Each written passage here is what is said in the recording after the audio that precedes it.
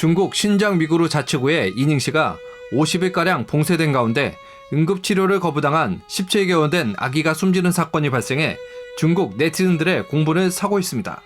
중국 현지 당국은 진상조사나 관계자 처벌이 아닌 사망 소식을 SNS에 업로드한 아기의 아버지를 찾아가 그를 삭제하라고 압력을 행사하는 등 사건 은폐를 시도해 더 큰 비난을 자초했습니다.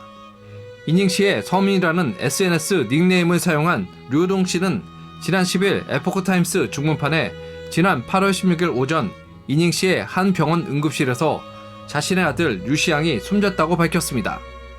병원 측이 밝힌 사인은 폐혈증으로 인한 쇼크였습니다.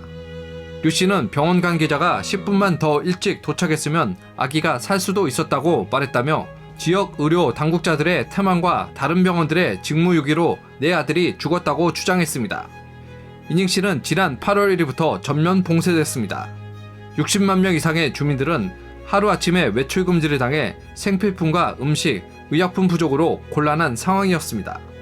류 씨는 봉쇄 중이던 8월 16일 오전 3시경 갑자기 아들이 이상 증세를 보여 응급 의료센터마다 전화를 걸어봤지만 모두 거절당했다고 말했습니다.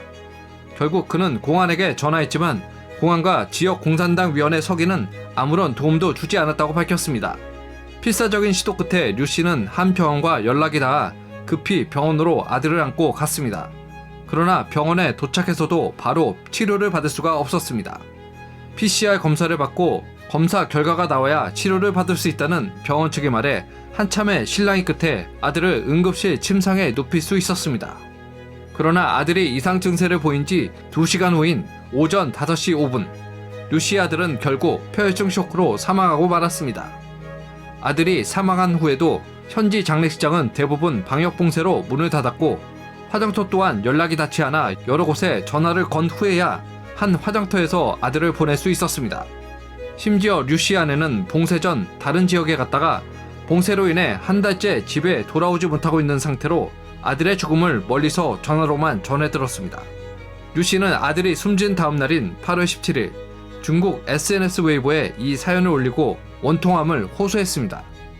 그의 사연에 많은 네티즌들은 분노했고 중국 공산당이 또 한 번 과도한 봉쇄 정책으로 비극을 만들었다고 비판했습니다. 그가 글을 올린 지 3분 만에 지역위원회 관리에게서 그를 지워달라는 연락이 왔고 그는 이닝시의 책임자를 만나 이번 사건에 대해 설명할 수 있게 해준다는 조건으로 그를 지웠습니다. 하지만 류 씨는 이닝시 보건위생위원회 부서기를 만나 이번 사건을 조사하겠다고 약속을 받았지만 20일이 넘게 아무런 연락도 없다고 에포크타임스에 말했습니다. 이후 류 씨는 이번 달 9일에도 SNS에 게시물을 올렸지만 그의 계정은 정지되었고 더 이상 게시물을 작성할 수 없게 되었습니다. 이에 한 네티즌은 게시물만 삭제한다고 사건이 없었던 일이 되냐?